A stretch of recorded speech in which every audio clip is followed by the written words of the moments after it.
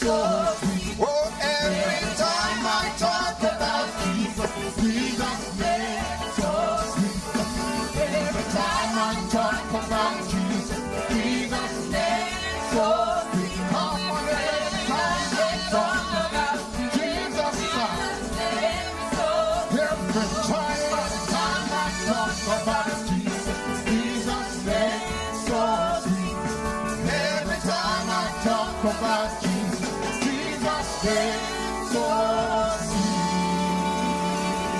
Hallelujah. Amen. Thank you. God bless you. Thank you, singers. God bless you, everybody. We're just having continued church during the interlude, blowing out any of the stiffness that we had. Nearly 2 years of lockdown. Nearly 2 years of lockdown has created some opportunities, but unfortunately it's also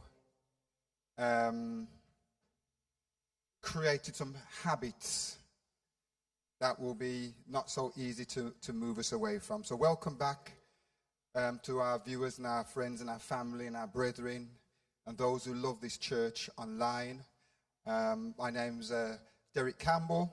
I'm the assistant pastor of this church, standing in for our leader, Bishop Windsor Roy Queensborough, who is recovering, going through a period of illness and recovering. So I stand here as the interim pastor of the church congregation, and we work with an effective team of pastors in this church. Now let's make us clear, when you are called to the ministry, whatever rank you are, you form part of the pastoral team of this church. There are seniors, of which I am one, but we are all pastors, and we have a pastoral role. The role pastor simply means to oversee, to shepherd, to look after. So we are pastors, and you can approach any one of the pastoral team and should feel confident to approach any one of the pastoral team for the specific needs. I know some of you will have your favorites. That's human nature, or people you feel more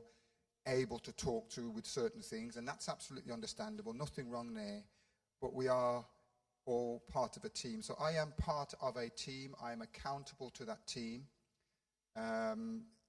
You know, I answer to that team. I'm not a law unto myself, and I often know this is really frustrating. Some of the pastors listening to me get vexed because, no, you must make them know, so we're in charge. We're not in charge. We are servants placed here as under shepherds by God, and our duty, as the Bible teaches us, is to look after the people of God and to look after their welfare. As part of our process, we are very keen to listen to the voice of those who we serve. And as part of that, we have announced that today we'll be having a family, and I use that word advisedly, a family meeting. We, the pastoral team, want to lay out the roadmap for getting back to some level of normality. And we know we've already started to ease. We know the law has changed, and what was legally required, face coverings and social distancing and so on and so forth, we are no longer legally required to do that. What that means is that the police then do not have the power to enforce it. What the Prime Minister, Mr. Johnson, has said, although the sunset clause on the law, sunset clause means they put a law in place and after a period of time it just disappears. It's called a sunset clause. So the sunset clause for those laws have disappeared. But what the Prime Minister has said as guidance, and the chief medical officers and scientific officers, is that they are looking to people to now exercise good judgment. Use your common sense. We trust the people to act responsibly. So the emphasis and responsibility is back on us as organizations. We are an organization that is open to the public. We're not an exclusive club. We are here to serve the community. So anybody can come into our our assembly. As long as they behave themselves, they are free to come and go and to be part of this, to hear from you. So Sister Laura and the technical team are online. We will be asking for your views and your votes, a show of hands, because we need to know what to do going forward. So please feel free to put your comments, yes or no, to each point online. If you've got a question, Sister Laura and the technical team will be reading them. There's a 20-second delay. So when you ask, bear in mind, if you're online, there is a 20-second delay. So we have 6 points that we want to share, and we want your views on each point. So this is in preparation for moving back to what we call normality from next week. The first point on that journey is restrictions on face covering, social distancing, and the one-way system that we operate currently will cease. Remember, what I'm now laying out is what we have, what we are presenting to you, and we want to see whether you agree or disagree or have a different views. Everybody understand that? So what I'm reading out is what we as the pastoral team are presenting to you as the roadmap to get back to normality, and we want to hear your views on each point. Point 1 again, restrictions on face covering, social distancing, the one-way system of moving through the church will cease to be marshalled. In other words, you won't have Sister Jenny and the team standing there directing you everything. We're not going to marshal anyone. But the church will recommend that while you are on the church premises, we will not marshal a one-way movement through the church, but we will still ask that you still wear face coverings when you're in confined spaces. So there'll be no restriction of movement. The only thing that we want to recommend to the church that we still wear face coverings when we're in close, confined spaces, toilets, mother changing room, and so on and so forth. That is the first point, and we'd now like to get your views. Does everybody agree? If you say that you're happy with that, I need to see a show of hands. So I see, okay, there's a few show of hands. Who does not agree? Hands up, please. 1, okay. Anybody like, okay, no abstentions. Does anybody want to let us know, do you have an alternative view or suggestion to that? We're happy to hear it. Nobody will be judged. We're here to hear. So do you want to share why you have a different view to that, or you just don't agree with it? Listen, please. That we should still have a one-way system? Still have a one-way system leading out of the service. Okay.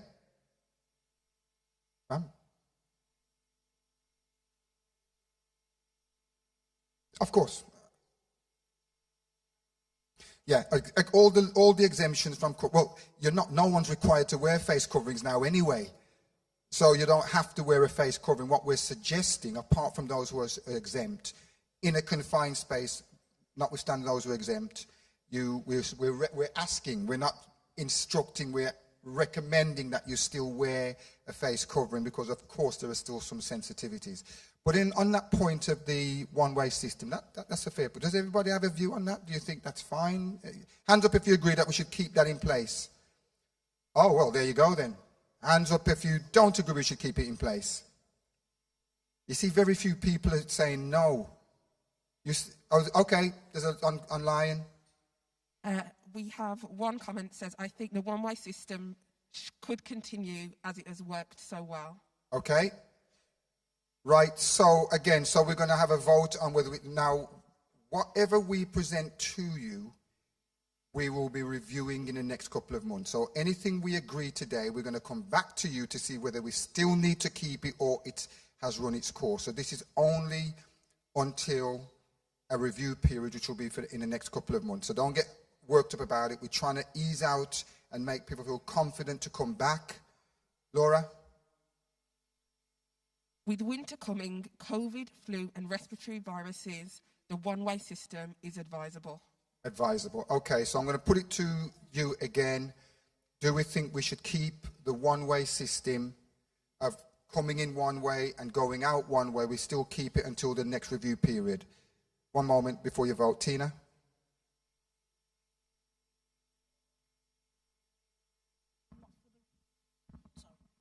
that the one-way system is good, but probably not for the right reasons. When people were going back out there were too many people standing at Congregating. the door, you couldn't get through. Okay. So there's too many congregating at the back. So to stop that, then I think that it would be good to have the one-way system. Fine. That's fine. Actually, it doesn't make a big difference, because even in normal service, going out, having one way in and one way out isn't going to be a bad thing anyway. All right, hands up. We're moving on. So hands, all those in favour of maintaining the one-way system, show of hands. Okay, those who think we should not have a one-way system, show of hands. Well, the majority rules. We have a one-way system. Majority have voted for that, and we're going to keep that in until the review period, when we'll come back to you again and put these back to you to see whether we still need it in place until then. All right? So we can make a note of that one-way system. And the face coverings, everybody's happy with the suggestion. You're not required to wear them, but we do recommend and advise that you still wear them in confined spaces. Brother David, listen please. Confined spaces. We have several buildings at church. Yes. Certain other rooms, some of which are fairly small, like the training room, which we do use when we get back to a normality. There is also the Sunday school teaching place around the back. Yeah. I'm wondering how far some of those might possibly be defined or could be seen as confined spaces. It's always under advisement, but confined spaces where you will be restricted on maintaining at least a 1 meter distance from someone. So just because there's ways around that with number of occupancy, but basically where you are unable to maintain at least a 1 meter distance from someone, we would define that as a confined space. So I was thinking of the Sunday school, of course, that if you have lots of children there, and at their age they've not had any vaccination either, there could be possible risks and reason for caution there. Of course, and we accept that, and we will keep that under advisement. Michael?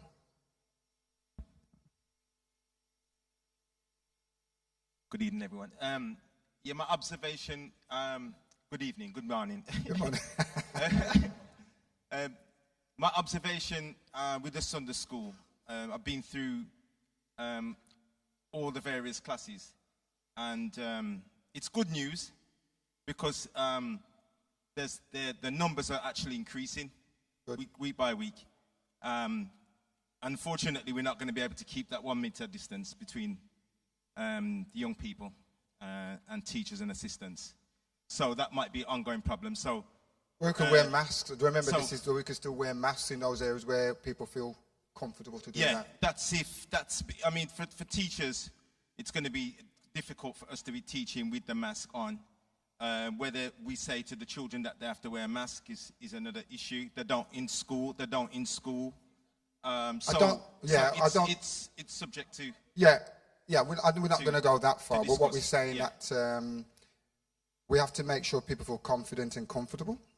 And if you can't wear a mask, maybe you can wear a visor or something that doesn't restrict the vision or whatever. But what I'm going to ask, because we won't have time to go into all the minutiae of it today, we're going to keep this under risk assessment to see how it works, and then we will be having further discussion with the teaching staff about what is the best way forward.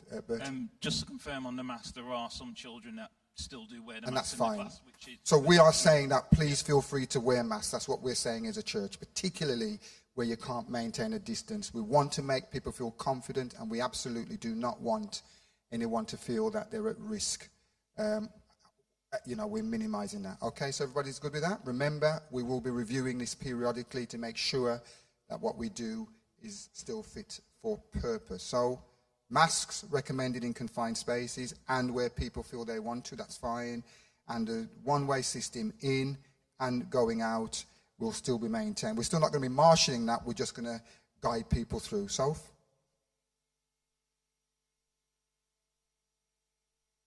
Hiya, just a point on the one-way system. Obviously, one way in, one way out, but practically, if church is back, obviously you probably get to that, but if church is like this back to normal, it's probably more practical to use the 3 doors to go out at the end of service. And I think there's going to be restrictions for those disabled. If you park there, we're not expecting people to travel all the way around, so we're going to always have to apply a level of So I think whilst it may sound like one-way system sounds good, but in reality, if we're back to higher numbers, having 3 doors to exit instead of 2 at the end of service is actually much more beneficial for everybody than having 2 doors just to maintain one-way system, go outside and everyone's crowded anyway.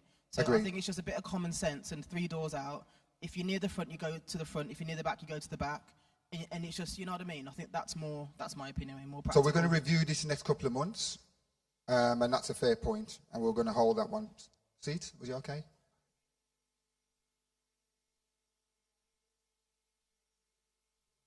Right, so you congregate. So we're trying to re-educate people to basically, okay, we got it. Okay, great. So we've got that covered. Next point, we continue with the 2 morning services until now this is where we're going to review. It's either going to be reviewed at the end of right. Before putting more, we want to review everything we put in either at the end of December or the end of January. Hands up for reviewing these measures at the end of December. 1, 2, 3, 4. Hands up for reviewing it at the end of January. Who's that means? Some of you not putting your hands up. Why are you not putting your hands up? You just don't know? Right, let me ask the question again. Let me explain. The reason why we're going to review this, we're coming into the winter months, we're coming into the flu season, we're coming into the dark nights, and we wanted to make sure we minimize risk of people going home late in the evening. So we wanted to maintain the morning services until we get past the darker months and then review to see how we are faring. Does that make sense? So the reason why we want to build a review period in is to review all the things that we put to you to see if they're still valid, still necessary. But come back to you again and say, this is what we've done. Is it working? Isn't it working? Do we need to change it? Do we need to keep it? That's the review period I'm talking about. Do we do it in the end of December or do we do it at the end of January? A final vote. December? Ooh, interesting. Or the end of January? Oh man, I can't count that. Which is better? It looks the same, doesn't it? I'm on about the review period. I'm not talking about 2. I'm on about reviewing. I'm only saying, when do we review? Again, when do we come back to review this? The end of December, hands? Do we come back at the end of January? Oh, that's better. All right, so we review at the end of January. Thank you. All right, so we will come back to you to see how these are working end of January. Okay, second point. That we continue with 2 morning services until the end of January. This will be part of the stage return for both deciding whether we go back to an evening service or we just maintain the morning service. So, are we happy to maintain the morning services until the review period in January, and then we look at it from then? Hands up if it's agreed. Morning and the morning and afternoons. Yeah, sorry. The pattern that we're continuing now effectively. Hands up who agrees we should maintain the 2 morning services. Ooh. Hands up for those who think we should go back straight away to evening and morning service straight away. Hands up. Oh. So let me ask the question again then. Hands up for those who believe we should maintain the morning services. This is the morning and afternoon that we're doing now, as opposed to going back to morning and evening. Hands up for mornings. Wow. Hands up for going back to evening and morning then. There's no don't mind. You have to give me a yes or no. Okay, Sister Laura. So far, the maintaining the status quo is winning. Listen up, Sister Laura, questions? I think 1 service per day and a united that's the third one. Service. That's the third one, sorry. And then the next comment that we have is 1 evening service per month. And then the third option is 1 morning service. Right. Hold on, let's go. So, hands up, somebody's going to have to help me with this. We just have 1 big morning service. Wait a minute. 1 big morning service where everybody comes and there is just 1 service. With the time will work out. Hands up for those who have 1 morning service. Sorry, one service on Sunday, that's it, just one big morning service for 2 hours.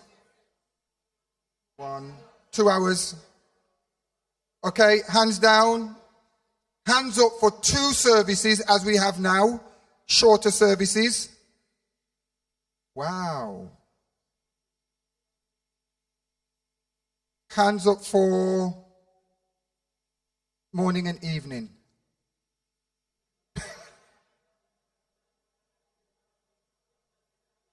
Wow, okay, listen. So, Tina. So the one service will be back to 2 hours. June. Listen, brethren, time, listen, June. Is it on? Is this for a period or we're saying forever? This is for a period and we will review this in January. So everything we say today will be reviewed in, all right, June? And also we've got to be mindful of the christenings and like absolutely. All of those, I'm going to come to all that. We've spoken about the absolutely. Thank you. Great. Okay, thank you. Stephen. You actually eventually got to the question. I had my hand up about the 1 in the morning. However, if we do have 1 in the morning, just one, would it be possible to have still maintain the departmental within that? The idea I have is no, I'm coming with that. The first hour of department. Brethren, yeah. I'm coming, thank you. Right? Because you got to think about what you're actually voting for, all right? Go on. Sorry, I've got a mic. A question would be... Who's speaking? Sorry. A question for me would be, I'm keen on the 2 daytime services. Yeah. I think we have to redefine the culture of the services as well, because there are lots of things, as when I was on the youth team, we would do as part of our auxiliary service and people were unhappy with and uncomfortable with being on it shouldn't be on a morning service, you just say it for the evening service. Well, if you've taken away the evening service, there's no training ground for the auxiliaries. So we have to redefine, if you're going to have the 2 services, I'm keen on that, but I think we have to redefine the culture and the schedule of the services as well. Well, it's even more than that, because if we go to one big service like most of you have just voted for, are you realizing that where will then the auxiliaries then fit in? So be careful what you're rushing for. You got to think, remember we're reviewing this. This is all about trying to get back to some level of normality, and normality will be for discussion, but we're talking about a period of time. But if we have one big service, we either give that service solely to the auxiliary to run it for the 2 hours, that they then have that service, so there's ways around it. But you have to understand that we may not be able to stream some of these services, because when people are training and making mistakes, which is where we have to train our people to speak and they're going to say things wrong, you won't be able to stream all these services. So please don't rush ahead. Think about what we're doing. We're going to run out of time here, but I've got a few more points. I've got Deacon, then Damien, and then Pam. Quickly. Your mic's not undone. Show. The quality of the service, you just remarked on that. With the auxiliaries leading it, for the review period, I would have the best ones in that department to carry out the services. Best ones in that department? Yeah.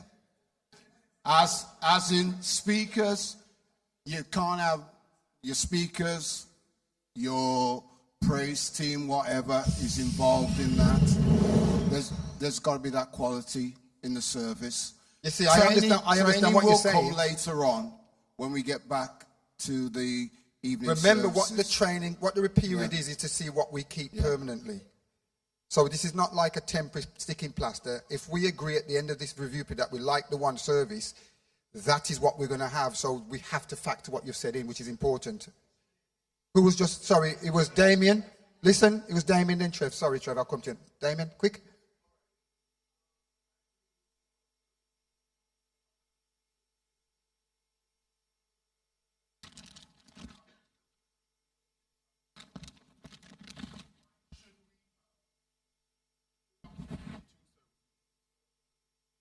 As it is now. Okay. So if we have one service, remember we're going to lose something that we cannot afford to lose. Oh, an hour and a half for the first. Okay, we'll hold that. Trev, briefly, Trev. Then we're going to go back to vote.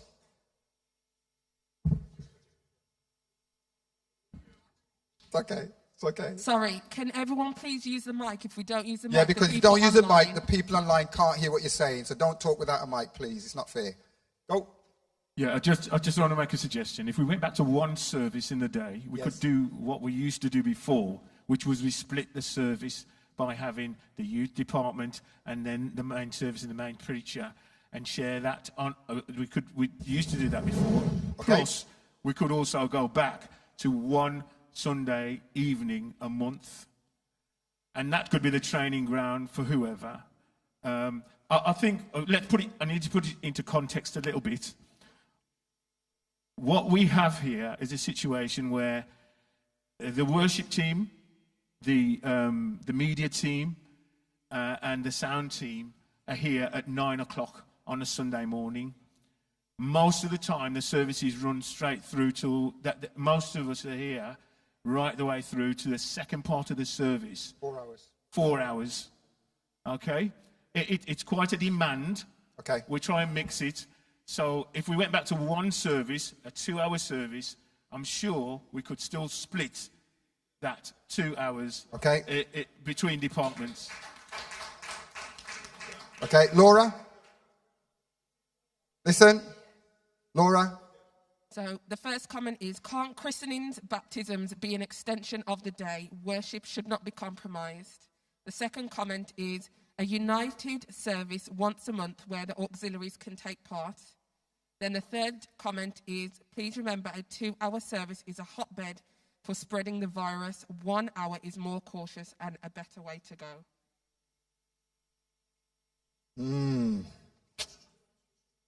All of those are valid. No, come on, we can't. Those are. Remember, COVID ain't gone away because we changed our service times. COVID is still here. Right. I propose we do not go to one service. I propose we stick to the 2, but we have another meeting to discuss how a one service would work. I don't think we can do this within this short period of time. I think it's clear from everybody's views that it needs a lot more thought. Does that make sense? And I know you're not going to be happy with that, but it sounds to me we've got to think about COVID. Remember this about building confidence. Remember about the restrictions. And if people are wearing masks, listen. If people are wearing masks, you're then expecting them to sit down with a mask on for 2 hours. So what I propose, we have another talk about this. I'll have to go back to the pastoral team, but I'm going to open it wider to the church family, and we talk about the structure of the service. But until the next review period, which by then we will have an answer, we stick to the 2 services, as we have said, but we will slightly extend where we need to accommodate christenings and things like that, as was mentioned. Yes, Mother Thomas. Then we're moving on. Listen, please, Mother Thomas. At the moment, you look around here, the church is full. Mm-hmm. It's one service. Mm-hmm. So if you're going to have just one service instead of 2, this church won't hold. Just look Well, around you're here. right, and we're going to have to look at how we accommodate christenings, which will bring probably another 100 people in. Now, look at the amount of people here now. Absolutely. You've only made Okay. one service. Church won't be hugging up each other. I've got you. Thank you, ma'am. All right, okay. Well, this is right. So, The point was, do people come out for second service? Well, they will if we have 2 services, or if we have 1, they will then adjust their pattern of behavior. So I'm going to have to just move on with this point. We're going to stick to the 2 services. We're going to have to go back to the pastoral team and come back to you with a better plan. And then we're going to make sure that that plan then... Ruth, did you want to jump in?